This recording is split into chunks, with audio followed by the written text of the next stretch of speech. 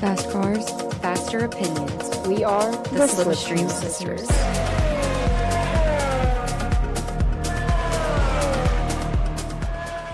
Welcome back to the Slipstream Sisters podcast. We're your hosts, Carson, Kelsey Ray, And Kinley. This week, we will be recapping Japan GP, which I know genuinely feels like forever ago, but we're going to do a quick briefing on that. We're going to, tap into discussion about Red Bull changes and things up in the air with Max Verstappen, FIA changes, and expectations and predictions for Miami this weekend, baby. Miami. Love it, love it, love it. So, Kimmy, I bet you were pretty dang excited for yet another Kimmy Antonelli win. The lucky whale tail necklace prevails. I am convinced that it is because of this whale tail necklace. But yes, obviously, I was very excited to see Kimmy again. Number one, I honestly, guys, I wasn't expecting Kimmy to be in the running for world champion this year. Like, genuinely, I was like, I'll take a couple podiums. He said, not good enough. He said, not good enough. And now I'm like, well, dang. Now I have to be stressed for him all season because, like, win it. You know what I mean? as Carson last season, for sure. Yes, absolutely. Like the most exciting place to be and also the most stressful place to be. But I mean, it's still, I'm like, he is amazing me with the breakout moments that are taking place because I'm like, we're once again reminding that youngest championship leader in F1 history. Youngest championship leader in F1 history. Come on now. The fact that he's a serious title contender, it says so much about his skill level, right? But George, I feel like his position is a little bit brutal right now because, he had some rough time at Williams way back when, right? And then had to sit through when Mercedes was not in dominant era and then lived through it being dominant era. And when Lewis was having his moment, being patient through that, and then obviously transitioned. And then now, of course, he's having to tolerate the battle with a teenager for the championship title. It's like he finally gets to this opportunity where he's like, it's my time to shine. I'm going to make this happen. A little Italian teenager is now in the mix. And the memes have been brutal. I'm like praying that Georgie doesn't see the memes because everyone talking about him being treated like a middle child, and as a middle child, I can relate. It's a hard knock life that us middle children live. But the videos and the pictures of Toto hugging Kimmy and Lewis and not hugging George, I'm like, my little middle child heart can't take it. And also, like, you guys know, I love both my Mercedes boys. Am I a Kimmy girl to my dying days? Yes, but I also love my diva Georgie. So I want him to be loved, at least. Please be loved. Fair enough. I just can't. I will not be the one to do it, personally. And I'm somewhere in the middle. So we have a little bit of everything. I will say, I thought it was an interesting moment that just before the safety car restart, George was on radio and he said, I'm paraphrasing, something along the lines of, can I just confirm he, as in Kimmy, is going to go where we trained, please? And maybe Kimmy did or didn't, but regardless, he had a better restart than George, right? So, but it's one of those things of why is George asking for confirmation that Kimmy will go do and follow in line with what I don't know, just him being a little bit worried about Kimmy. And I feel like that could be a little glimmer of confirmation of that. Or him just being a little unsure about the direction of the situation from a team standpoint of decisions that are going to be made in that space. But if George is thinking that, Kimmy's just going to constantly follow in line when he has a real opportunity possibly to continue to keep going for championship contender, George better think again. I do my very best to be, like, unbiased in this because I'd like to be like, Kimmy does no wrong. I could also see it being like, Kimmy's young and hungry, and if he has, like, the breakaway moment to want to take it. I also think Like, I don't know if there's any favoritism. I know a lot of the media is saying there's a lot of favoritism because allegedly Toto wants to be right about Kimmy and about bringing Mhm. Kimmy into the spot. I don't know if that's true. That doesn't seem like Toto. Doesn't seem like It doesn't seem Toto. like him at all. Like, there's like just some stuff that specifically right now, because I feel like the F1 world has had a lot of time to nitpick everything because there's not like new information, there's not new drama happening. So I feel like in that case, that's just people being nitpicky. Like I genuinely don't see Toto Wolff being somebody that's like, I need to be right. Like, Yeah, I don't see it either, yeah. but And so I think he also kind of treats Kimmy as such because Kimmy's a child. Not a child. He's an adult, but like he's baby. Like George knows how to take Yeah. care of himself. George knows how to, you know, take control his emotions, understand. Like George has been doing this for a while now. So I think the only reason why like kind of looks like favoritism is just because Kimmy is so young. And I think if anything, Toto's like, okay, this is me guiding you along. I've done it with George for the past however many years, etc. And same thing here. right. And so yeah, I think just in that case, everybody just has to be aware of what's being spread. Right, but, like, what I was saying was, like, I think I could see it going either way with, like, Kimmy being young and hungry and, like, "I got a good start, I'm gonna take it and run with it," and that, like, also not being the case and, like, the team making a decision, but, like, regardless, I think George is feeling a little middle child and is just like, "Hey, can we please make sure the team's gonna follow the team rules?" Because, like you said, Carson, he's been waiting for this his time to shine, and Hmm. now he has, well, 19-year-old Kimmy Antonelli swooping in, which I think, like, their relationship is nice. So, like, I think George will be excited for him, but I also think George will be bummed if he, like, loses it to a second-year Yeah. rookie. Yeah, So agreed. And I will say, still want to give credit to where credit's due with George. And I think things will come, i.e., components like this with the safety car. Like George has more experience with that, but Kimmy is showing that he can capitalize in those moments, even if he hasn't had as much exposure. But it's the same thing when you're going to have wet races, right? George has more experience in wet races. And so there's so many little details like that that we have a lot of season left. So we'll see how it unfolds. But I'm like, the fact that Kimmy's been pretty darn consistent these first 3 races, and I think it continues to show, especially with his pace. He just has brilliant pace. I'm like, when we keep seeing that little purple clock for the fastest lap, Kimmy, Kimmy, Kimmy, I'm he's such like, a numbers guy. I mean, it's the fact that he has, like, every single one of his lap times memorized. mm-hmm. You've brought this up. I And I know. think you brought it up in the last episode too. I think it was the Yeah. first episode. I First think it was the episode, yeah. first episode where I talked about it. But just in case no one listened to the first episode, he has every single one of his lap times memorized. And, like, Ollie Bearman's too. It's weird.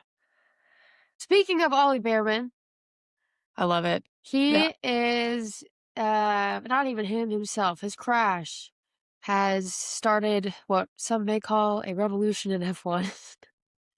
um the people are in an uproar. They are upset. The Um people are in an uproar. It's so Hear true. ye, hear ye. We it, do pull the scroll down.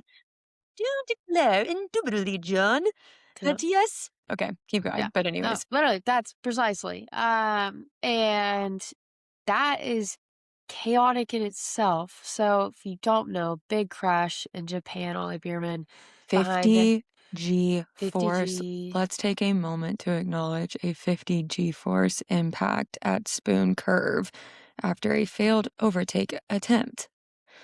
So let's unpack that real quick. The reason that happened is so mind-boggling. I listened to, if you guys haven't watched it, I'm gonna hype up another podcast that you guys probably already watched, but if you don't, you should. Up to Speed, Will Buxton. If you don't know Will Buxton, you're missing out. Love him so much.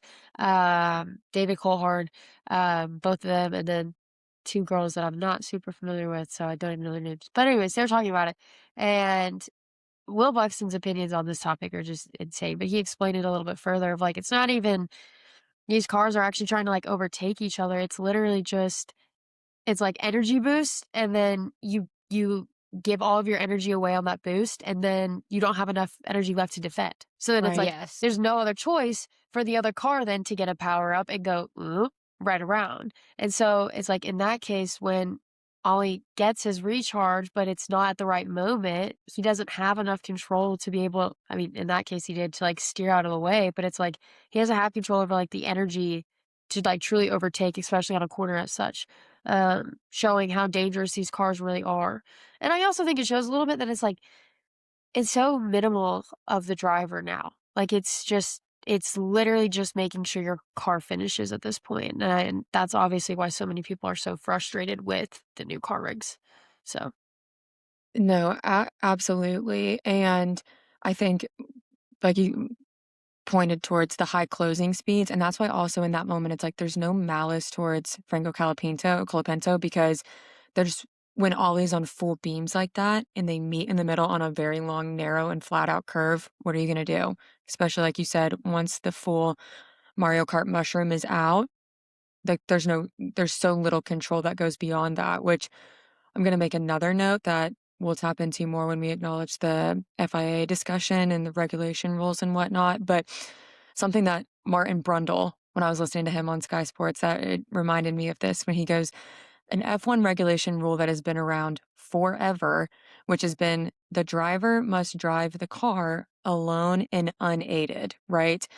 The driver should not have any surprises by a self-learning car, right? Which is terrifying. And when you think about, Lando made a comment about when he was overtaking Lewis, Lando said, I didn't want to overtake Lewis, but my battery decided that it did.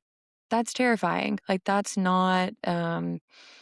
not that's not ideal. not And ideal. that's not the F1 Well, and racing that we know. that's where I mean so much again this frustration comes from is that this sport became its sport because of how impressive it was that these drivers were driving these tin cans at such high speeds and overtaking and looking for the grip and all that stuff like while racing, like actually racing.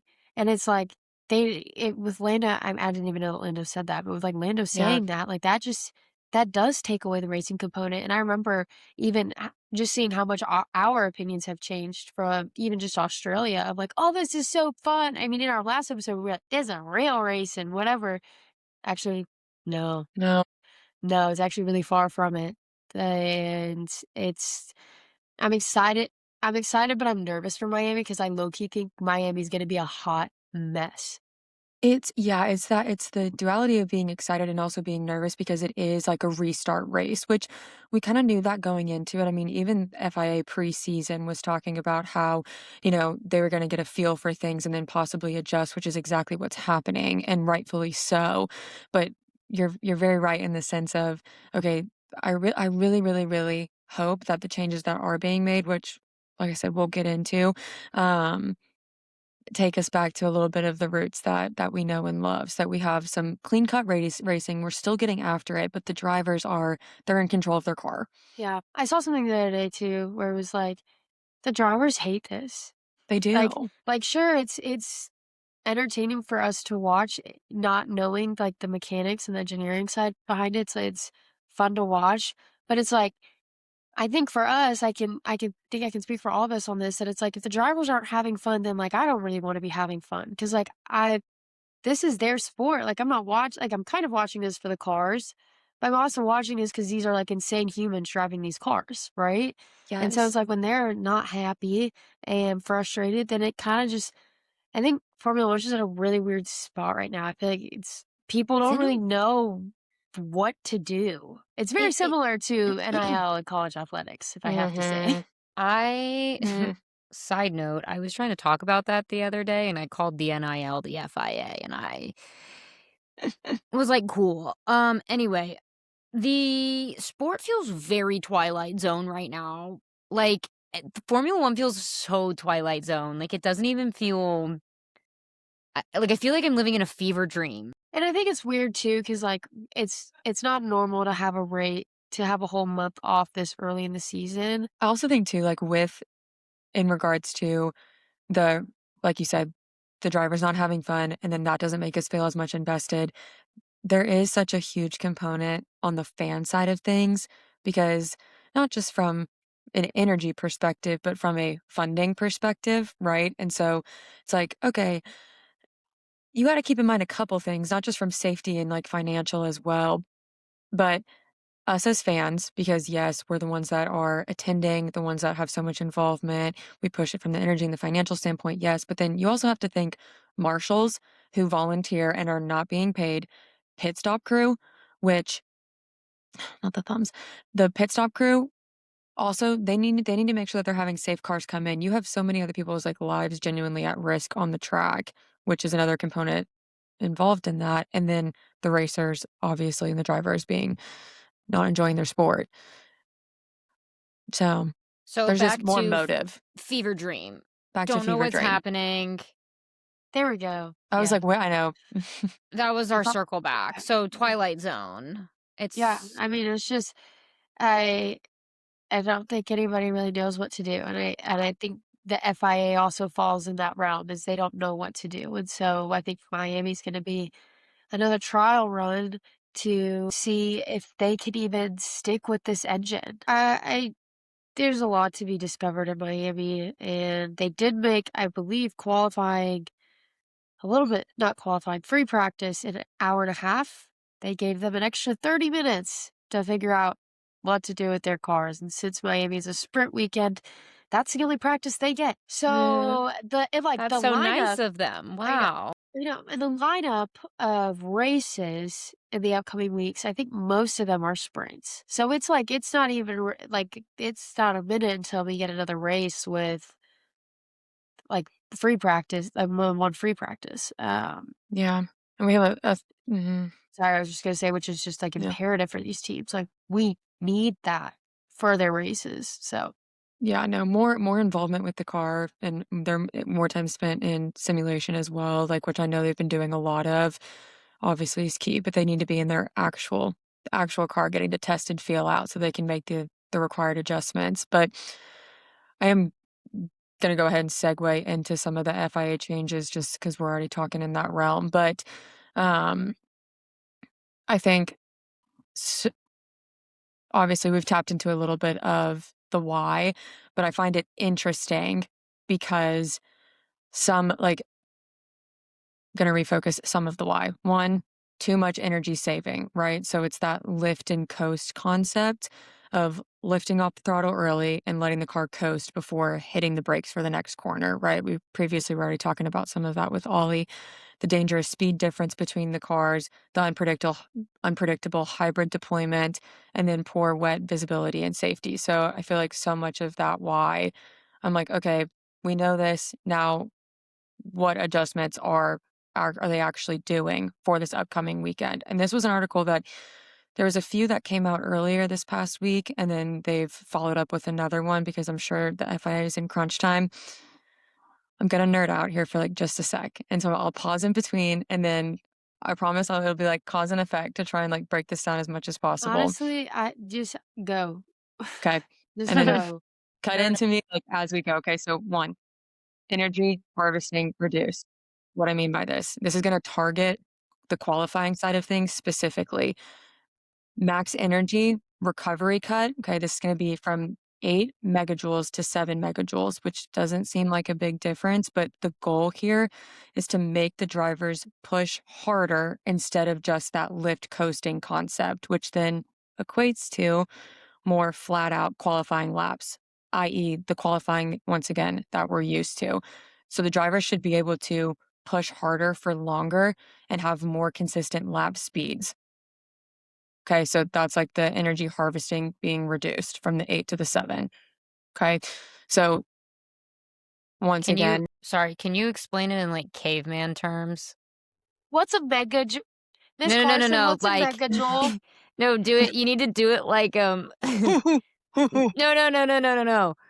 Man need fast car. Fast car need battery. Battery make car go. Man happy. Can you do it that way? let me see. She said, I said, let me see. go. Okay. Car go vroom, super vroom, energy less, gaming the system less, with recharge tactics less. Car go faster?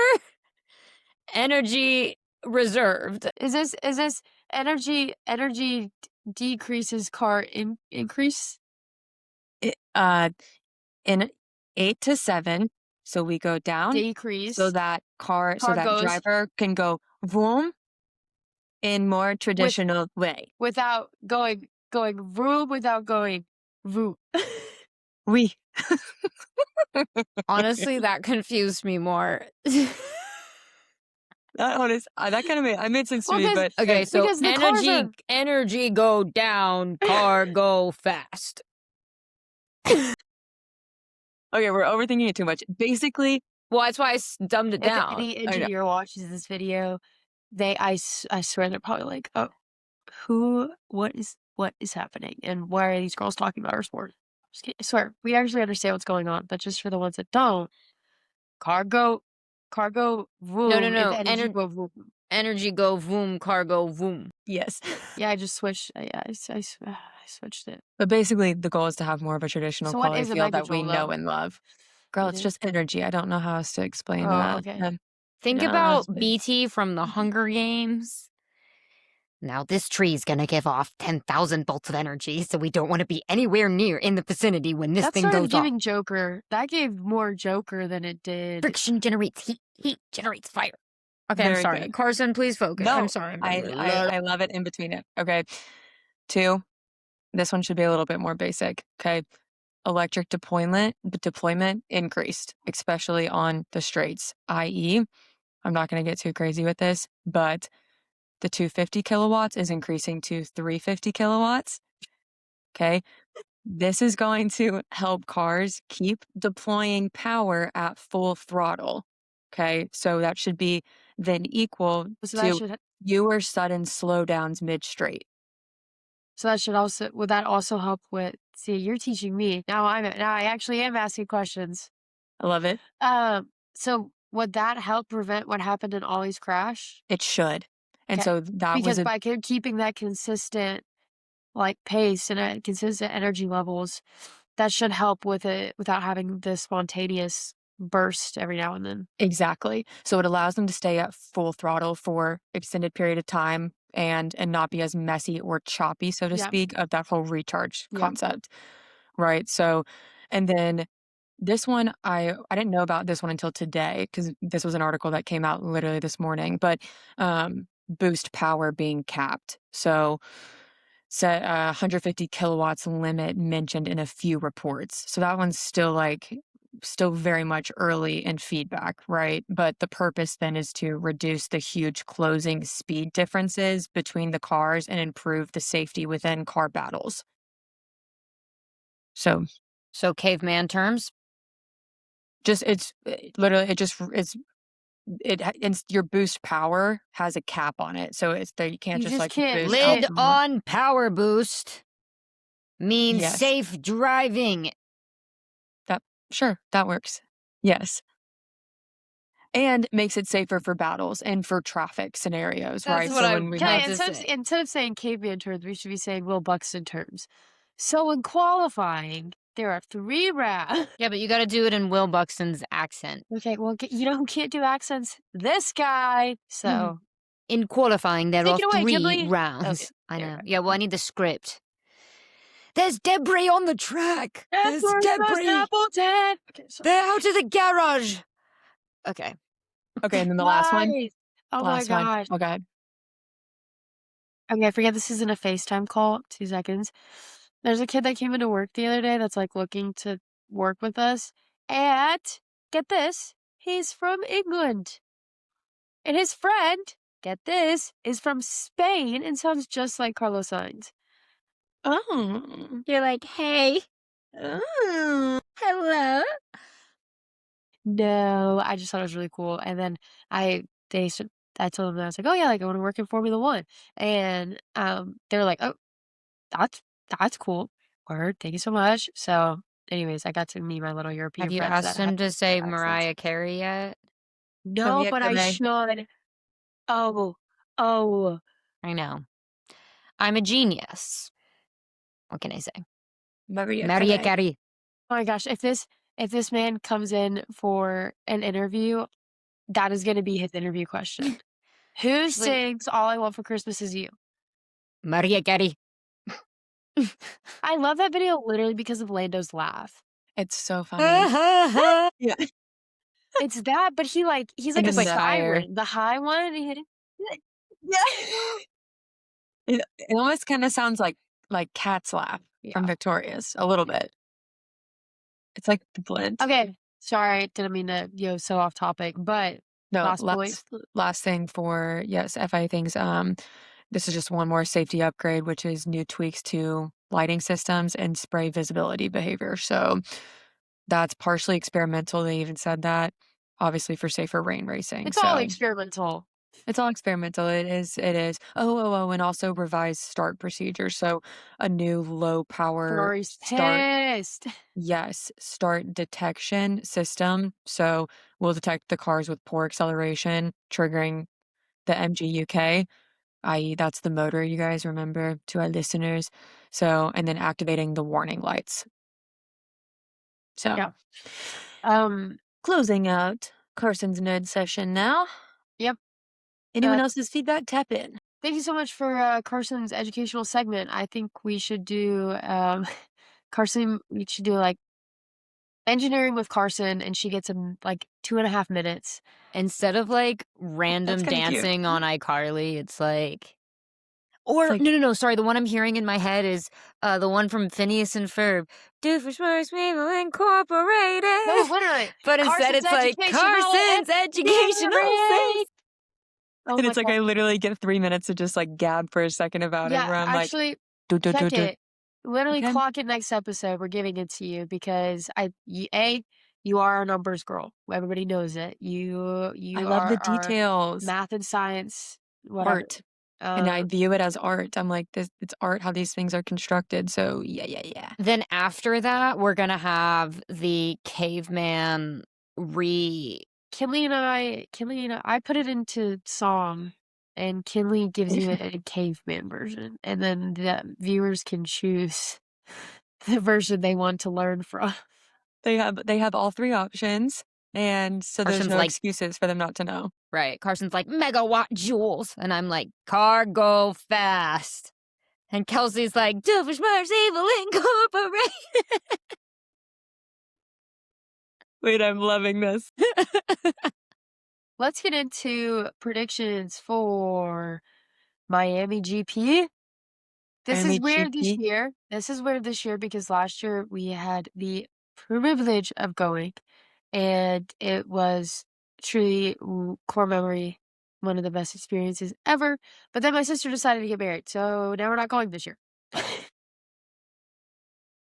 What a call out. Sorry, you guys. Literally sorry, you guys. She I just had know. to get Aw. married. It was a beautiful wedding, and we were Marriage. so happy for it. Which is what brings us Yeah, but we'll be together back. today. We'll be back to Miami. The Lego race we also got to see. I know, I was gonna ask, I'm like, everyone give their favorite Miami memory from last year. So hit That it. was Kimmy's first pole position for qualifying. He qualified for the sprint race, and then he choked at the start of the sprint race, but that's okay. But he still qualified pole for the first time. That and then the Lego race, which cannot be beat. Lego race, Nothing of can beat the course. Lego race, especially seeing it in person. We literally saw it in person, and I feel like those videos will be in the archive history books forever for F1, and we saw it with our own eyes. Also, I have to say, my favorite moment aside from that, because Oscar won that race and Lando was second. Okay, so not thinking about that, but us walking over the That's what I was gonna bridge, say. That's what I was gonna say. the bridge for the first time, and hearing the engines and like the rush. I got like full body chills when we walked in, and you could. You're too quiet now. I got full body chills when it's because I moved away from the mic. When we walked in, and we heard the engines for the first time.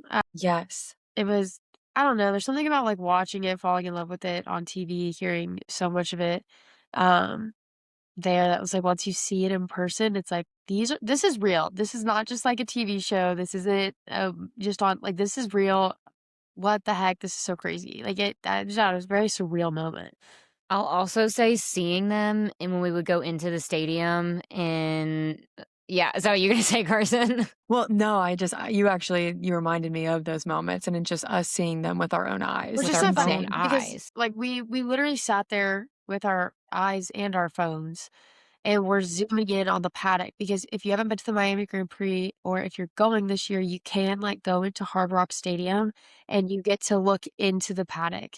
So the paddock is where the football field is.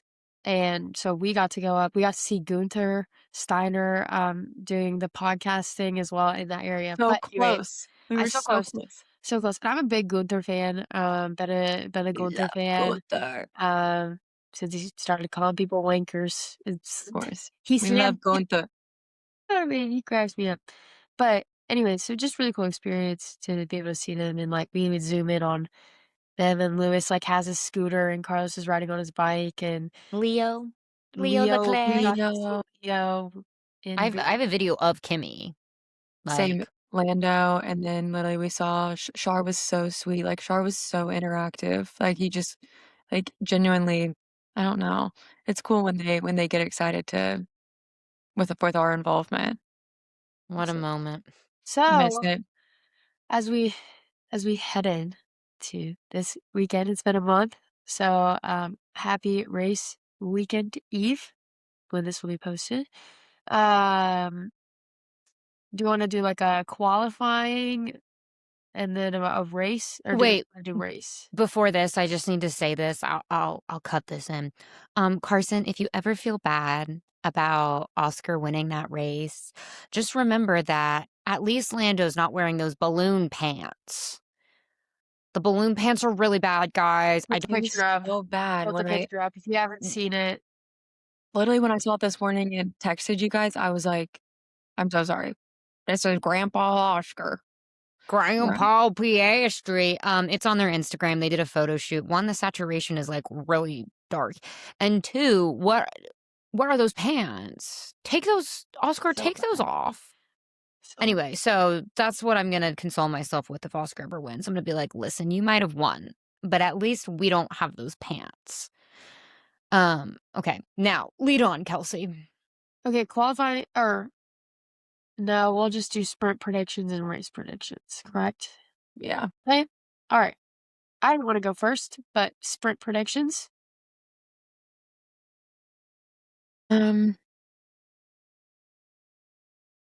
I know I'm biased and this is hopeful thinking, but like I feel like McLaren's notoriously done well on this track. I want to see Lando in the mix. So I know it's doubtful, but Lando won 2024, he was 2025. No, he lost last year. P2 last year, but still Oscar won. So like McLaren does well on this track. They do. And they did have a little bit of a resurgence moment at Japan, and rumor on the street is they've been doing okay with FIA regulation changes with simulations and whatnot. So that's me being a little bit hopeful for sprint specifically.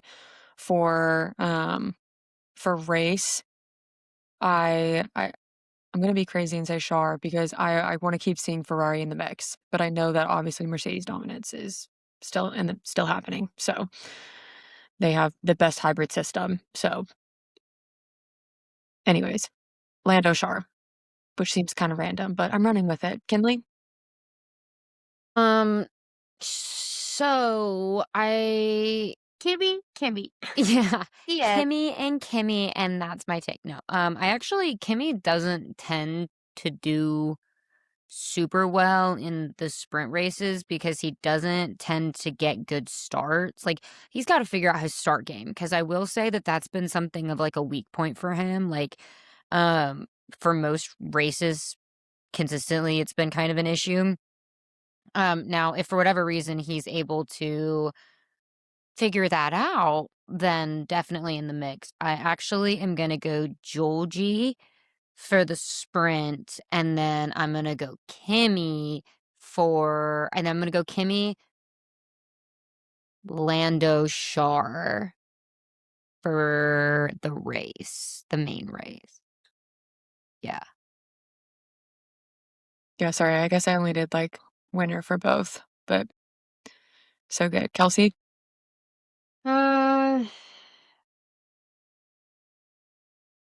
honestly, I don't know. I'm in a sticky situation right now because Lewis Hamilton is just making me angry. Literally because Kim Kardashian. I don't 'Cause even want to same. say her name. I don't even want her name to be somewhat Beach pictures? I gotta go. like Rage bait. I gotta Rage bait. go, you no, guys. like Kelly, I literally looked at it and I was like, this is rage bait. This just like it is 9 a.m. Get off my phone. This is stupid. Not a Uh fan. no, not a fan. So as much as I would love to put him in the top three, and he probably will, I'm just gonna say that now. I would put him for the top three, at least for the race. I feel like Lewis never gets his stuff together before the race. It's a very game time decision when he starts everything starts working for him. So you guys already know Carlos isn't gonna be on the podium, probably not. Like it's very Dude, watch him just, like, slay the day, and, like, if he slays the day, the Cheers. cheers. But I'll never be I so proud to be wrong. yeah, no, I would love to be wrong in that situation. But The yeah. realistically, I'll say for sprint, I don't know, I kinda miss Max. I kinda miss that stupid Dutch national anthem. So I'm gonna say Max P1 for the sprint. Okay. Behind him, I'm gonna put Kimmy and George. Um, I love that everyone's, like, top was, like, a hopeful thought. Like, not well, not mine. I actually it's a hopeful thought, and then the other two are like realistic. yeah. Yeah, Um, I will and say go We're ahead, going Kelsey. off feelings and vibes, guys. Feelings and vibes. actually, no, precise. That is how I make my predictions off of a gut Don't feeling. ever bet your money, please. No, no. Bible tells you not to. Feelings and vibes. Feelings and vibes. For the race, guys, I don't even know. Like I want to see Isaac on podium, uh, but I know it's not gonna happen. Dream on, girl, dream on. So realistic podium: We're back in the twilight zone if that's the case. Kimmy, Oscar, George. Okay, I could see that. I really could No, see that. no hate to Lando, none at all. No, I know. I fought for him last year. I love him. I think he is a phenomenal driver. I think the poor kid is exhausted. I think he just had one hell of a season last year and went through a lot of stuff there. And I think it's not even really mental stuff he's going through now. I mean, I think that's part of it, but I think the other part of it is I think he's just strained, and it's going into a season where it's not just driving a car. Like there's all these different things that you have to be paying attention to. And I think he's just not in the right headspace. And not that I don't think he'll get there or succeed, but I think right now Oscar is the better driver when his car actually makes it onto track. No, I genuinely I fully agree, and I think there is also more urgency on Oscar's side because he wants that world championship as well, and so The I would hunger is I would still there for Oscar, yes, It's whereas Lando, it's like, this is frustrating, but well, I'm here. and I mean, I could see, again, no offense, I could see Lando being a one-time world champion where it's like, you know what? Because not every world champion goes on to be a Max Verstappen, goes on to be a Sebastian Vettel, Ayrton, like all of these Lewis drivers. Hamilton. Yeah, all of, you know how I feel about him right now. Um, but like I don't think it's necessary, but I think he has that one under his belt, and I think he feels confident with that. Um, And so I think, and I honestly think he's probably still recovering from the last season. I mean, they had very little time to honestly reset. So that's where I'm at with the whole Lando Oscar situation. But it is nice to not have that stress on a Sunday Right. anymore. No, absolutely, and Speak yeah, for the yourselves. I have True. stress I was not anticipating. But one thing that I do think will be so, like, genuinely, truly fun about Miami is sorry, my camera was going crazy there, is that we have a tight midfield. I think the midfield will be tightened, which will make for good racing, and I'm hopeful, extra good racing that feels a little bit more like what we're used to with the changes. So I'm like, George can be good contenders, but would love to see Papaya really fight in the mix there with in between Ferrari, right? I'm like, and even Red Bull. I would love to see Red Bull work their way up there as well. And um I'm hopeful that we'll see more of that than we have, like not so much spaced out, right? Not these 30-second gaps, but um Excited to see what happens in excited to Miami. see what happens. Do So we want to talk about, before we wrap this up, Max Verstappen and Red Bull changes real quick? We don't have to go like super deep with it, but my only thing is like, you can obviously tell that Red Bull's in the gutter or is heading that direction. I think with and it being official that no. Okay. Me and this little headphone are in a box. 2 seconds. Do, do, do, Sorry. do, do, Anyways, do, do. that Max Verstappen's engineer is like officially leaving in 2028. I think that says a lot. I think it says a lot. I don't like Christian Horner. I think it says something that, like, if he's not there, and then you obviously have Helmut Marko that's no longer there. And now you have Max considering leaving because of everything that has gone on. And I think, um, I don't know. I think Red Bull's just uh, uh, uh, a shit show. I mean, the fact that they're doing so much restructure on the technical leadership side of things within the team. I'm like, new senior technical figure brought in from VCarb, right? That's Andrea Landi. He's doing head of performance, right? And then of course, like you said, I'm like, when you have so much that trickles down from Helmet and Horner, and then even Jonathan Wheatley leaving in 2024, Adrian Newey 2025. I'm like, so much change that's being stimulated from that. I'm going to go back to that point though of you talking about him, because I do think that that is such an emotional exit, because I'm like, the fact that GP's been with Max through his 70 plus some wins and his 4 world time championships, it's just like, oh my gosh. But it was sweet because there was an interview where they were interviewing Max and talking to him about it, and GP really wanted Max's approval to leave, and Max totally granted it to him. He was like, I think you need to do this.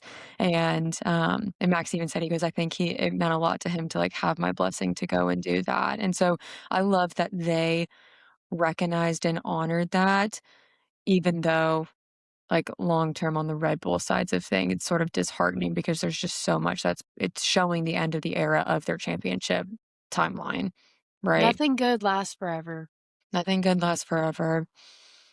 I'm like, but that's a lot when you yeah, it happens. But That's I'm how kind it's of supposed excited. to go. Yeah, I mean, like, if Red Bull just kept winning, like, it gets old after a while. It's like, you can give it to some, I don't know. I think that's what's fun, is the way that these cars can be really good and then be not so good. I mean, we literally saw it with Mercedes when from the switch from 2020 to 2021, Mercedes was on fire. They come in 2021, Max is, whoa, what is this? And then you get to 2022 and it's Max Verstappen all over the place. And like Mercedes can barely keep up. I mean, that's part of the reason why people love the sport. And so It fluctuates to keep us on it's our part of it. toes. Yeah, it was just really sweet that GP asked Max, and I think Max is gonna leave F1, and if he doesn't leave F1, I think he's gonna leave Red Bull, but, I think there's a big change coming soon with that. So Be a tough day for Red Bull fans. We lost one member due to technical difficulties of the storm outside, so it's just gonna be me and Carson to close you guys out. We're so excited for Miami this weekend. Thanks for tuning in to listening to our little recap. We'll be back post Miami GP, give a little bit of coverage, go from there. And then just remember, you can find us on Apple Podcasts, Spotify Podcasts, YouTube, Instagram at Slipstream Sisters. And that's the checkered flag.